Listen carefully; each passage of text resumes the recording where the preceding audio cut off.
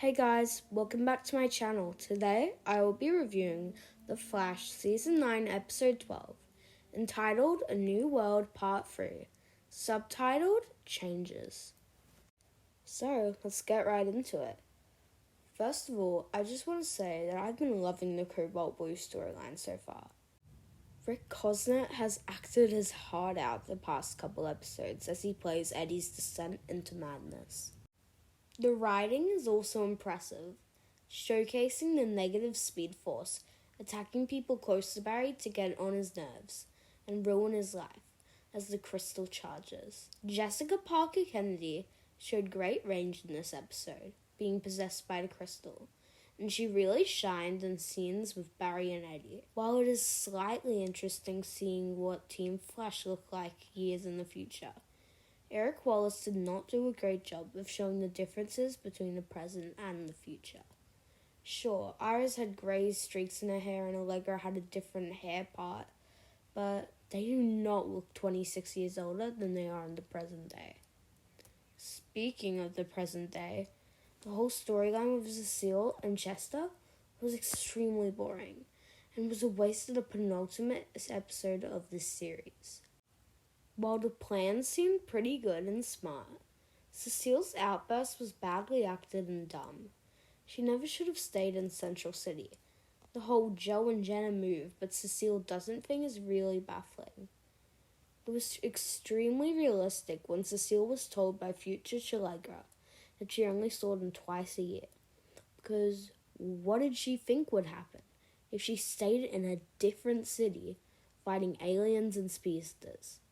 But then Chester gives some speech about how it doesn't matter how much she sees her kid, since she still loves them. It was so stupid. Grant getting COVID definitely had something to do with the whole Cecile and Chester storyline, since it felt thrown together at the last minute. I wonder how it would have been different if he didn't get sick, and I really hope him having corona doesn't affect the series finale too much. Eddie interacting with Iris started off okay, but quickly became a little creepy. He immediately wanted to marry her, even though she was happily married in her 50s and had a child.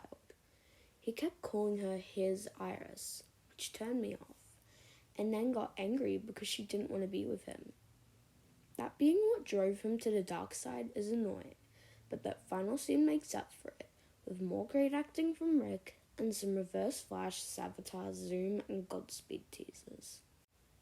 One of the best aspects of the episode was when Barry finally came in halfway through and began interacting with Eddie. Both actors did fantastic and really conveyed all the needed emotion.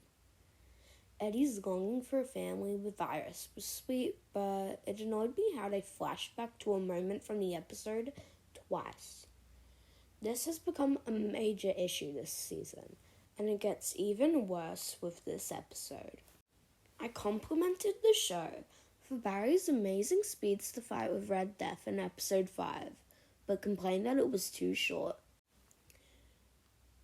This episode, Barry had an even better fight with Negative Excess that was long and reminiscent of speedster fights from early seasons.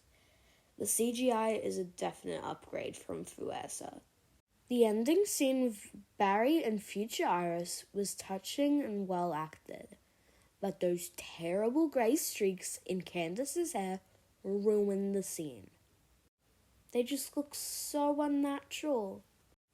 The big talking point of this episode was Cecile's superhero transformation. She now goes by the codename Virtue, which is a really good name for Cecile.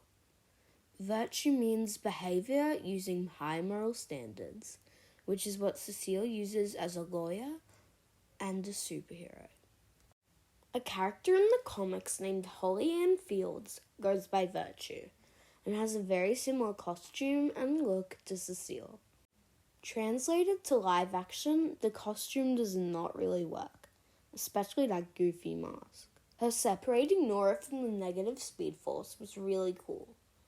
I saw a lot of people comparing this to Doctor Strange's powers, which I definitely see.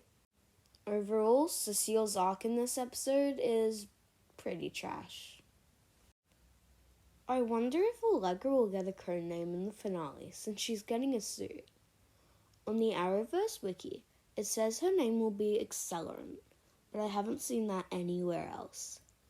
The wiki also said that Cecile's hero name would be The Seal, like her nickname, Cecile, your fate Horton.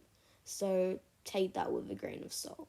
The dialogue in this episode was cringier than episodes 9 and 10, with lines like, "Damn, looking good, future me. What?" But still wasn't as bad as season 7, which isn't saying much.